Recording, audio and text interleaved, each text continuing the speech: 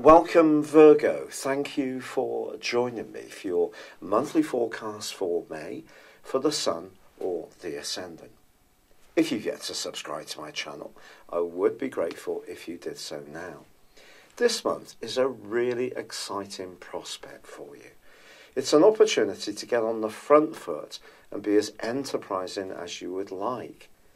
You're known as being very methodical. You have a great grasp on the detail of situations, and your ability to work away in a very precise manner is what you have a gift for. But it's also important sometimes to look up and around and appreciate the wider vistas that our lives offer us. And this month is really set up for you to pursue this approach. So as much as you can be very supportive to other people, you often work in jobs that provide services to others, don't let this pulverize your own personal passions. Your hopes and wishes are being particularly emphasized this month by the role of the North Node. The North Node is an influence which is a kind of mini Jupiterian influence. So it has the potential to be fortunate, but it does require us to punch our way through our reservations or where we feel most safe to embrace the things that perhaps we've always wanted to do, but just feel might be a little more challenging. But the North Node undoubtedly is opposed by Pluto all of this month, and Pluto's the power broker of the Zodiac, and that's right alongside the South Node, which is really where you're coming from. That's where you feel most comfortable.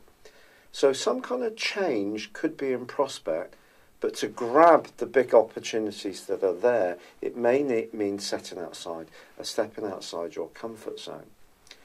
But there are two aces in the pack for you this month. The first is the role of Uranus, which moved into the sign of Taurus on the 6th of March.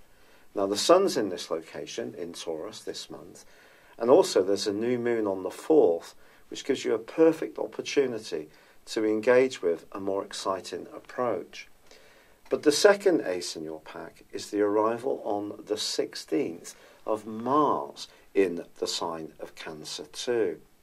But Mars is going to be forging a freewheeling angle to Uranus for the second half of this month, which can really see you breaking out in the most stimulating and exhilarating of ways. So the personal people who are used to you being there in the background, that safe pair of hands that's so methodical and so reliable, well, you could be about to surprise them and yourself if you can allow your passion not to be pulverized by your pragmatism. Now, on the 7th of this month, your ruler Mercury moves into Taurus too. This is going to increase your desire to be much more independent-minded, to probe, investigate, to travel. Now, Venus joins this location on the 14th, and in week 3 is alongside Uranus.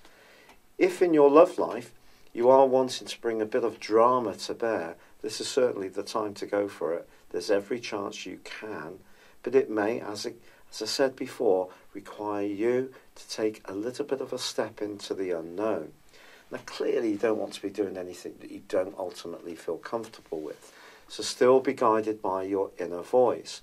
And there is also a full moon on the 18th, which suggests that your words, your thoughts, and how they're developing, how your view of the world, your worldview, if you like, is enlarging and becoming broader. There could be someone close to you who actually wants to resist this because they're happier with what you and they know currently.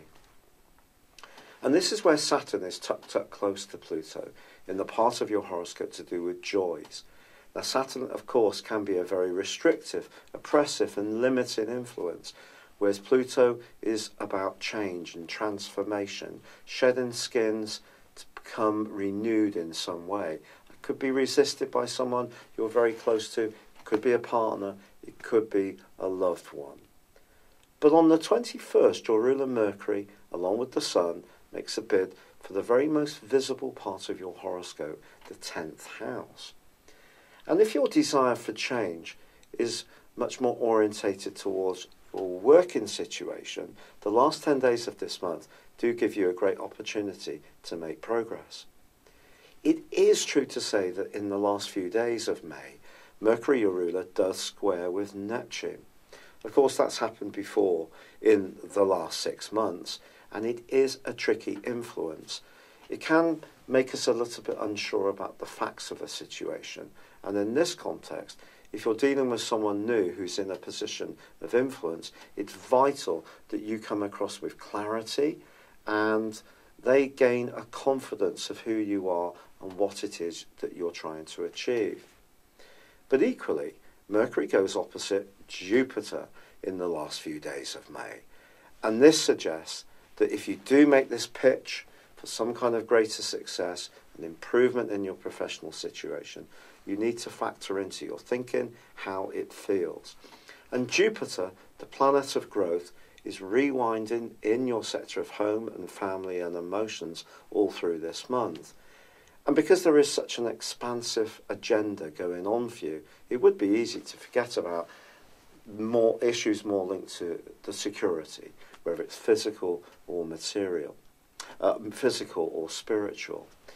However, I feel that generally, because you tend to be very grounded in your approach to situations, it will do you the world of good to wonder how life can be if you really did burst through any kind of limitation, even if it's been self-imposed, or the limitation you feel from others. If you challenge that this month, the rewards that can come to you can be absolutely incredible. Have you ever had your personal horoscope prepared based on your time, date and place of birth? If not, the information within this will go way beyond your zodiac sign. Based on your character analysis or 12-month personal horoscope forecast, if you choose to have both, I will give you a 30% discount. My forecast uses a modern form of prediction called directions. This is where we advance a natal birth chart forwards 1 degree for every year of your life, and then compare it to your natal birth chart when you were born, and also to current transitory planetary activity. A large astrological study found that this was the most accurate form of forecasting. Why not join me beneath this video on the link and check this out for yourself? But for now, it's been a pleasure being with you.